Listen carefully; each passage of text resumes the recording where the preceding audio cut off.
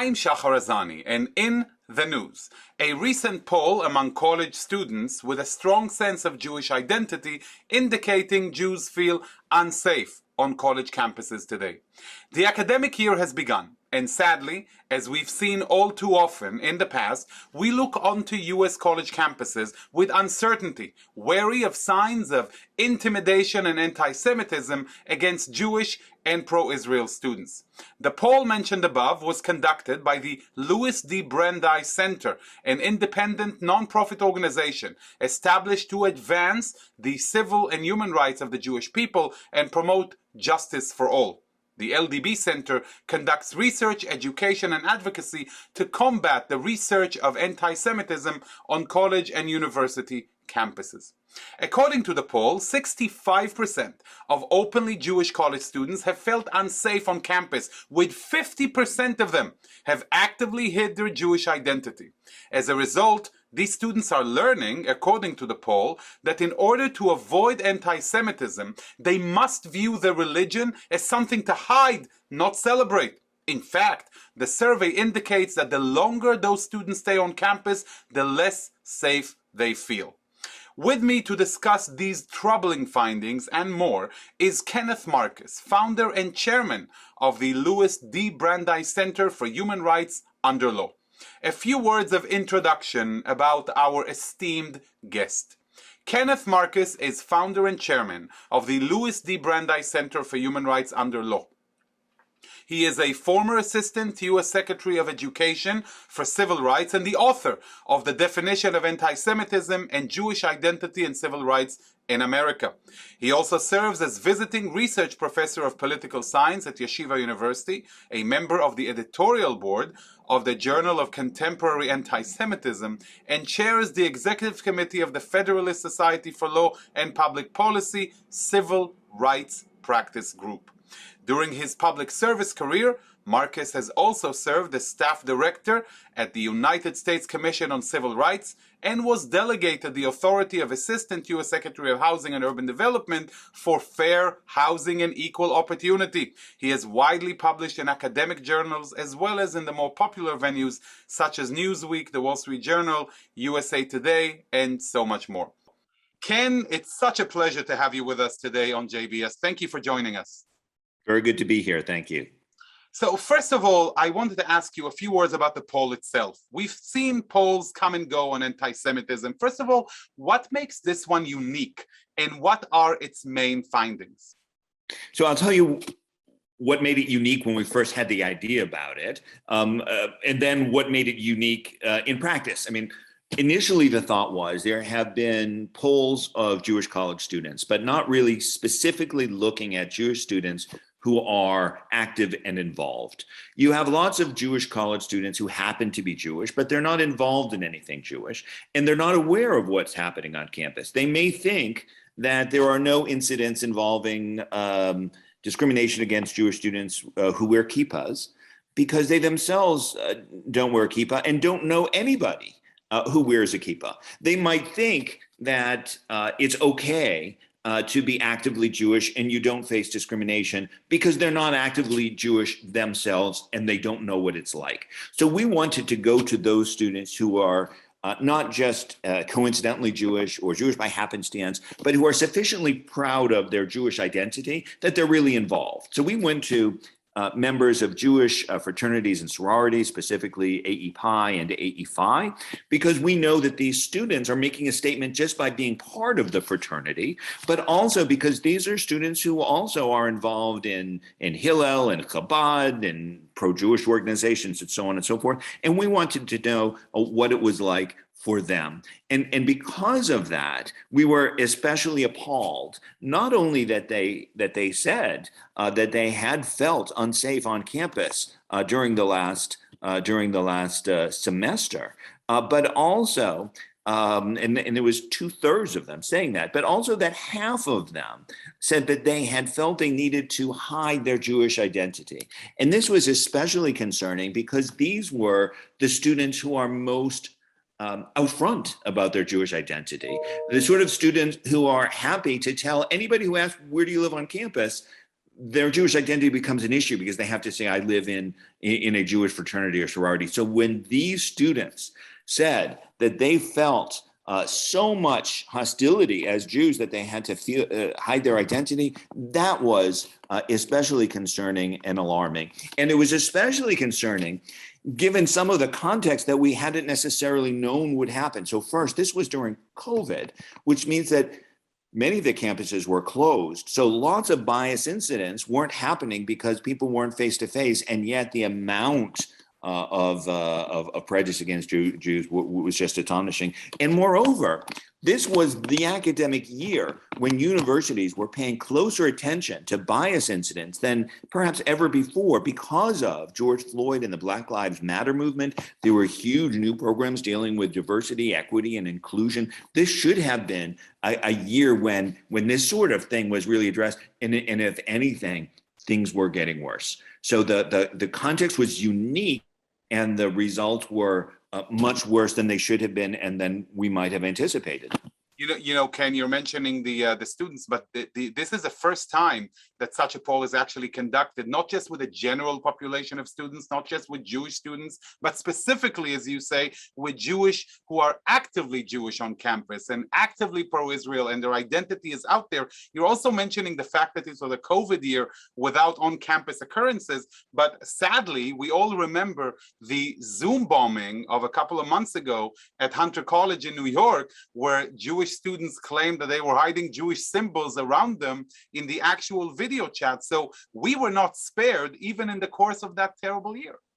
That's right. When the campuses went online, anti-Semitism went online with it.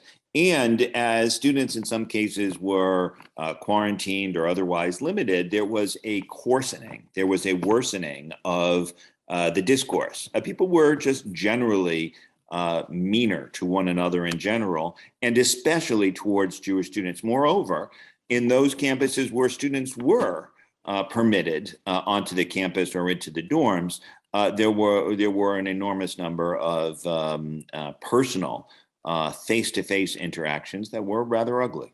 Right. Last week on September 30th, you published an op-ed in the Washington Post. One of the most fascinating things that I loved reading in your essay was how you take incidents of anti-Semitism that took place in the course of the last year, and you actually ask people, so where do we stand now?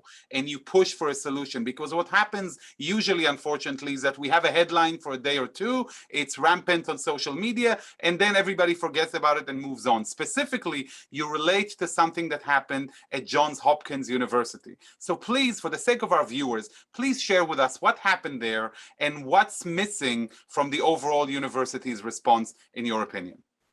Well, Johns Hopkins is a great university, and so I was rather saddened to see an incident there. It had not been historically one of the universities where we found lots of trouble, and yet there we were hearing about a number of incidents, but the worst was one involving a teaching assistant who taunted her Jewish students, among other things.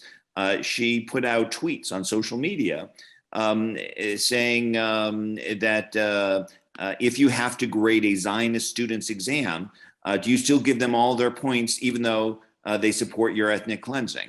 And in a variety of other messaging, she was suggesting that for her chemistry graduate students, she would downgrade them based on the fact that they might be Jewish or Zionist or support Israel, which to us wasn't just about whether she actually was going to downgrade Jewish students, which of course would be a considerable offense both to the Jewish students and to higher education, but also the fact that she was apparently using this as an opportunity to taunt the Jewish community and to encourage her followers within Johns Hopkins on social media to join in taunting the Jewish students. And it seems to have worked in the sense that the overwhelming majority of the people who responded to a poll that she set up on social media said that she should downgrade Zionist students, that if students went on birthright or otherwise involved in the Jewish community, she should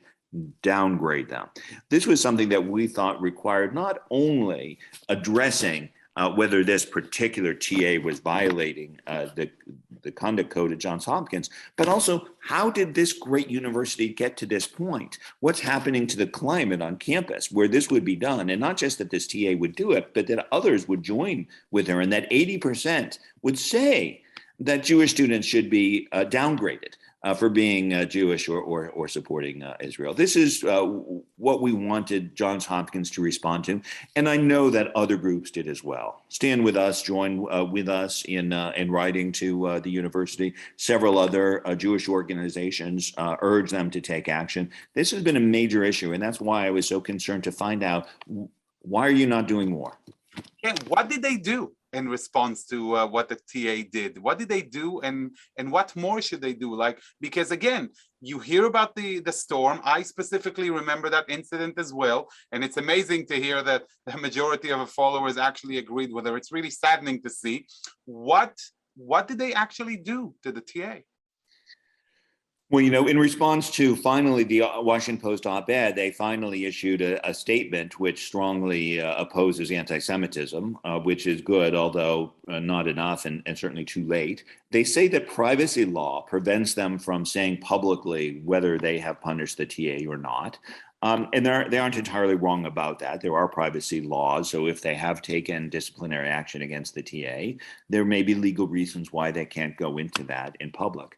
But they certainly can talk about the steps that they've taken to address the underlying problem, if they have done that. And it appears that they aren't. At any rate, they're not talking about it. There's no privacy law that says that you can't talk about the messages that you've sent out, the policies and procedures that you put into place, the initiatives that you put on, the training, the education, the way in which you've dealt with the underlying problem. There's no privacy law that can't talk about it. And if they hide behind the privacy laws, it may be because they're not doing it. And the fear is that when she in her tweets mentioned somebody who had a sticker of Tel Aviv on her laptop, I think it would be immensely important for Jewish students who are targeted by that TA, or Zionist student for that matter, to know that their pain matters, that something has been done with regards to the person who targeted them in such a public way. So what was done publicly, and for that we are so thankful for the work that you have been doing in leading the charge on college campuses and beyond. It's our kids. You can just imagine the feeling of a student who comes into a classroom knowing that their grade is dependent on them hiding who they are and where they come from. Absolutely, absolutely. And this is exactly the sort of situation that builds up, so that when you want to know why is it that even the most Jewishly involved students at our Jewish fraternities and sororities feel they need to hide their identity sometimes. Well, this is what happens when you don't hide your identity. Here's the message that you're getting even from places like Johns Hopkins, that if you make your identity known, you will face prejudice even from the instructors, and that the instructors will get away with it unless they're extremely public about that. How many TAs, how many professors are downgrading Jewish students or thinking about it and just know not to put it onto Twitter when they do that? What a scary thought. In your piece itself, you also make a notion that Jewish billionaire Mike Bloomberg pledged billions of dollars in donation to Johns Hopkins. We know that there are other Jewish major donors and other donors, not just major donors, who give money across the board to various universities as their alumni. And the question is, are these donors, could they be part of the solution to this, or is this part of the problem? How do you view those donors, or in general, donations to campuses and the role that these could play in the fight against anti-Semitism? Sure, that's a good question. And as you know, my point about Bloomberg was simply that President Daniels at Johns Hopkins has done extremely well for the university. Thanks to Michael Bloomberg, he has brought in a tremendous amount of resources for Hopkins, which I think will help that university to build on its already storied reputation, which is why Daniels got another extension to his own contract recently, which will make him the second longest serving president that university has had.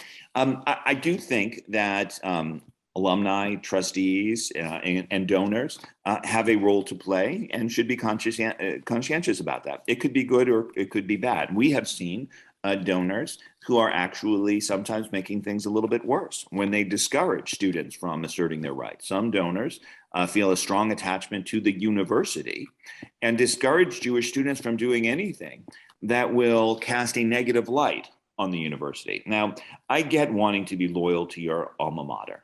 And I understand the view that if a university gets a reputation for being bad for Jewish students, that Jewish parents won't want to send their kids there anymore. I get that also. But we can't be in the business of hiding what's happening at these universities so that universities don't have to deal with the problem and that parents will be ignorant of it. So at a minimum, I think that trustees and alumni and donors need to avoid making things worse. But the fact is they can make it better. If you have a strong connection to a university or college because you are an alumnus, because you give money, because you support it in some ways, by all means, you should make your voice heard. And I think that oftentimes this does have an impact when it's done for good. People are using their influence in ways that are harmful. It's important for others to use their influence in ways that are just. Right. You know, in the same op-ed, you shared one of the most incredible stories I've seen, that of the Society of Children's Book Writers and Illustrators. And apparently, this group published a condemnation, God forbids, of anti-Semitism, was subsequently criticized for it, which led to the Society's executive director's apology. And not just an apology, but this is very telling, to everyone in the Palestinian community. And this apology and removal from office of the Society's diversity chief, who was a Black Jewish woman. That is one of the most astounding stories that you relate to. Again, something that made the news like a wave and suddenly dissipated. Can you tell us a little more about this case and where do we stand with it now? Well, it's part of a pattern. You'll recall that at Rutgers University, there was a senior official, a president or chancellor, who had made a statement criticizing anti-Semitism and then had to retract it. And then others at the university flip-flop again. It should not be controversial to condemn anti-Semitism, and yet it is.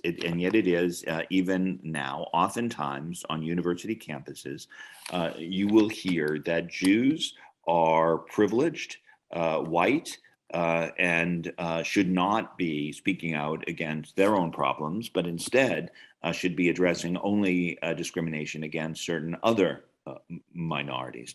There is a phenomenon called erasive anti-Semitism, when universities or progressive intellectuals or others deny that Jews have a separate and important identity and that what happens to them matters. And this is something that we see over and over again. We see it in universities. We see it in public life. And I think that Jewish people need to stand up and say that we're proud of our identity and it matters just as much as anyone else's. And that you have done so much, Ken, and we're proud to stand by you and stand with you and next to you as we take pride in our identity and fight for it. And this reality is quite unfathomable, especially when you look into, for instance, what's been happening in the last few months with the anti-Asian hate and the kind of reactions you've seen across the board to this abominable phenomenon. And we ask ourselves, sometimes selfishly, but I can't help, to listen to that internal voice that says that I'm a little bit jealous of the Asian community to be able to bring such a consensus across the board for people to condemn it and to stand up against it. And whereas the anti-Semitism and anti-Jewish sentiment is always somehow diluted with so many other adjectives and nouns and phenomena, as if our pain doesn't matter or matters less. Yeah. And of course, we should condemn the hatred against either Asian or Black or anyone else. And we should be proud of the efforts that we as a Jewish community take to protect everybody else. But we need to look out for Jewish students as we look out for other people. On a number of, it used to be, I've had so many situations where I have been introduced to a Jewish audience and told that I would be speaking about anti-Semitism. And someone in the audience would inevitably ask the question, why are you just talking about anti-Semitism? Why aren't you talking about discrimination against other groups? And you know what? over my career, I've spoken to primarily Black groups about anti-Black racism. I've been in Indian country talking about discrimination against Native Americans. I've spoken to Asian groups about anti-Asian discrimination and so on and so forth. I've never had that reaction from any other group. No Indian has said, well, why are you not talking about Hispanics? Other groups don't have that. And the fact that I see this so often in the Jewish community, and I've not yet experienced it with any other community, tells me two things.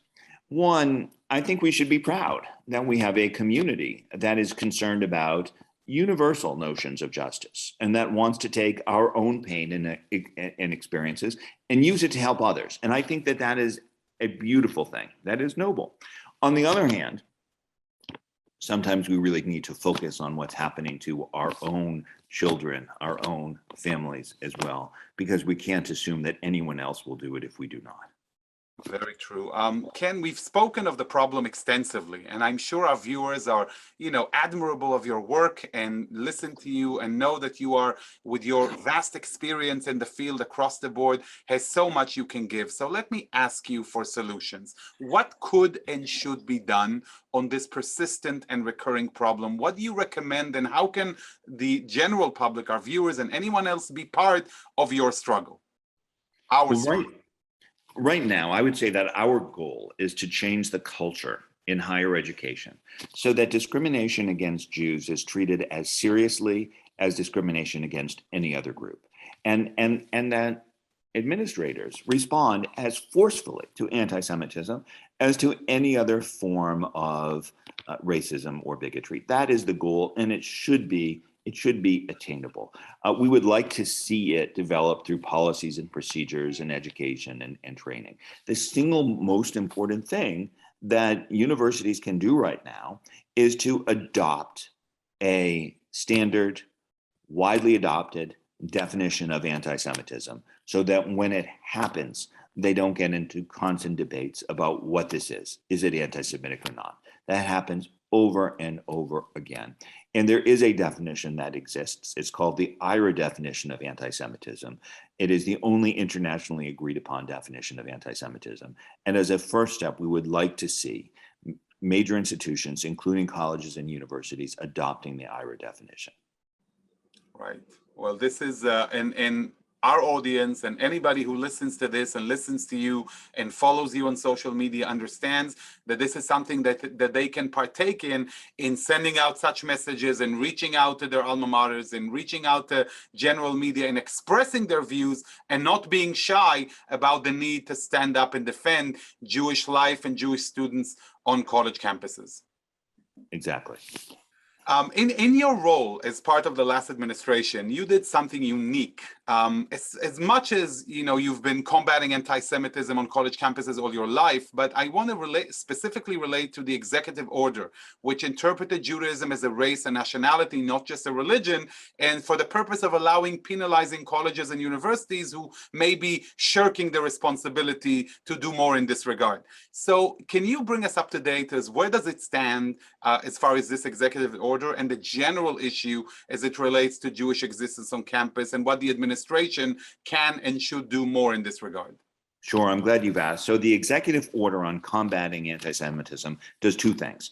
First, it says that when you're interpreting civil rights laws that prohibit discrimination on the basis of race, color, or national origin, Jews should be given those same protections, even though Jews aren't necessarily usually considered to be a race or national, but Jews should get those same protections. And second, that the IRA definition should be used. That's the definition that I mentioned a moment ago, the standard internationally agreed upon definition of anti-Semitism, which includes examples relative to Israel, because we all know that anti-Semitism nowadays often conceals itself as anti-Zionism. All of this should be used by federal civil rights agencies. It is still on the books. Now, if you look at the White House website, you will find that the executive order has been archived. That's because President Biden has archived all of the prior administration's executive orders. However, President Biden has only rescinded some of the executive orders, and he has not rescinded this one. So it looks as if it might not be in effect, but President Biden has not rescinded this one, even though he's rescinded others. And in fact, it was published in the Federal Register. It has been incorporated into U.S. Department of Education guidance, which remains on the books. So it remains the law. It remains formal guidance. The question is, will the Education Department take it as seriously as they should? That time will tell. However, what's interesting is that the Department of Education has announced that they plan to do some sort of formal rulemaking about this issue. So there may be an opportunity to have public input, and there may be grounds for hope that the Biden administration will be forceful in protecting the rights of Jewish students. We just don't really have a full sense of it yet. It's still rather early in the administration. Right. And it's also, if indeed such a guidance or rule book, the creation of, is going to move forward, I sincerely hope that you and the center would be part of that rulemaking with your vast experience in your various roles and in fighting anti-Semitism for the sake of our children on college and university campuses. Well, thank you. We've certainly been involved on this issue for many years and will continue to be. I'd like to thank you so much for joining us on JBS Ken. I could sit and talk to you for hours, and I hope to do so many times in the future. We stand with you in this important struggle to keep our people safe and to uphold, by the way, peace and justice for all. For what we fight for is equality and justice making that includes the Jews as well, right? Important point to remind. Amen. Pleasure speaking to you. Definitely a pleasure. Thank you. Indeed, there is much that we can and should do in the fight against anti-Semitism on college and university campuses. We can make our voices heard, whether we have children going to school, grandchildren, or no children at all. We need to care about equal rights for Jews wherever they are. And the fact that even today, we still have to be part of this struggle is very telling. Not just of where we stand today as a society, but also on what we must do as a Jewish people united in our struggle to be equal among the nations. We should care and we should engage. The IHRA definition, and I urge all of you to look it up online, is one of the most important pillars of that fight. It encourages various institutions, government, and university administrations to adopt one single clear definition of what anti-Semitism is. And this definition has been widely accepted by so many countries, governments, nations, and organizations across the world in identifying the problem. And only through identifying the problem will we be able to avoid the quagmire of litigations when it comes to this issue. So we call upon all of us to do our share in caring for the Jewish people. I'd like to thank all of you for joining us today. And to all we say, stay safe, stay happy, and stay healthy in everything that you do. I'd like to thank our director, Sloan Copeland, JBS's managing director, Dara Golob, our technical manager, Michael Paley, transmission manager, John McDevitt, and to our wonderful producer of In the News, Carol Lilienthal. For JBS, I'm Shahar Azani. Until next time, shalom and lehitraot.